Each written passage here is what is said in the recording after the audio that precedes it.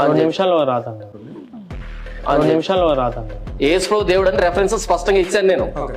దేవుడు అంటే నరకానికి పోతారని బైబిల్ ప్రకారంగా అన్నాడు.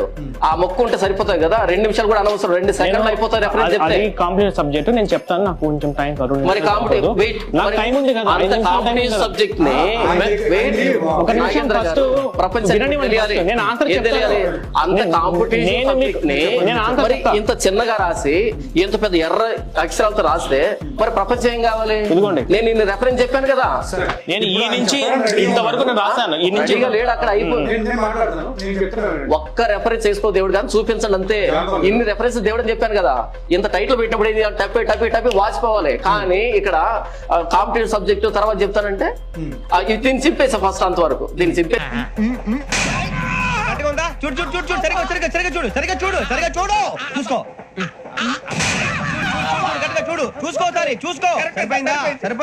నేను వస్తానండి.